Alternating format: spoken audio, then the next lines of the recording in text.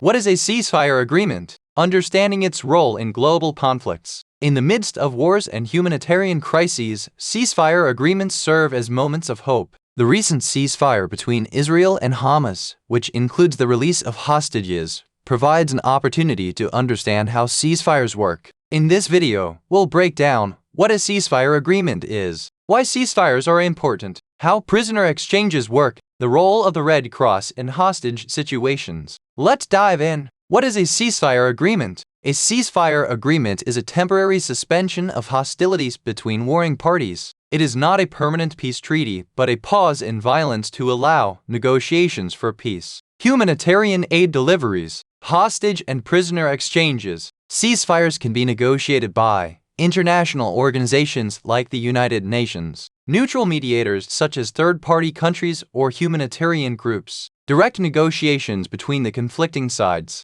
But ceasefires don't always last. The recent ceasefire between Israel and Hamas. The conflict between Israel and Hamas has led to casualties and humanitarian crises. A recent ceasefire was brokered, providing temporary relief. Key highlights of the ceasefire: hostage release. Hamas released 3 Israeli hostages to the Red Cross: Romi Ghanem, Emily Damery, Doron Steinbrecher. Hamas has agreed to release 33 more hostages over 6 weeks. Prisoner exchange. In return, Israel is releasing 90 Palestinian prisoners, including men and women. Humanitarian aid. Aid trucks have entered Gaza, helping civilians with food, water, and medical supplies. But why are ceasefire agreements so important in global diplomacy? Why are ceasefires important? Humanitarian relief. Ceasefires allow for food, water, and medical aid to reach civilians. In this case, Gaza received humanitarian assistance after the agreement. Building trust. The exchange of hostages and prisoners shows goodwill, which can reduce tensions. Creating pathways for peace. Temporary halts in violence give diplomats time to negotiate long-term peace solutions. But ceasefires involve complex negotiations, especially when hostage exchanges are involved.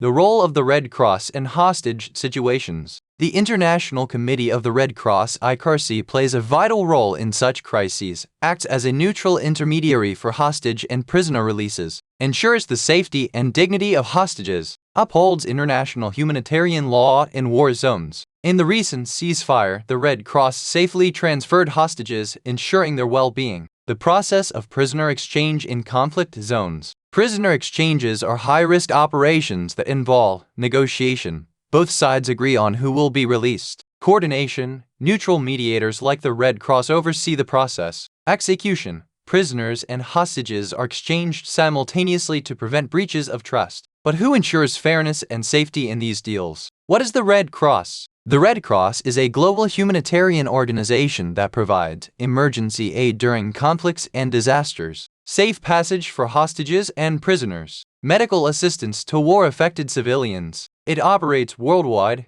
guided by neutrality, humanity, and impartiality. Conclusion. The Israel-Hamas ceasefire reminds us how fragile but essential ceasefire agreements are in conflict zones. To recap, ceasefire agreements temporarily stop violence to allow negotiations and humanitarian aid. The recent Israel-Hamas ceasefire led to hostage releases, prisoner exchanges, and aid deliveries. The Red Cross plays a key role in safely transferring hostages and prisoners. These agreements are crucial stepping stones toward long-term peace. What do you think? Can ceasefires lead to permanent peace? Drop your thoughts in the comments below. Subscribe for more insights on global conflicts and diplomacy. See you next time.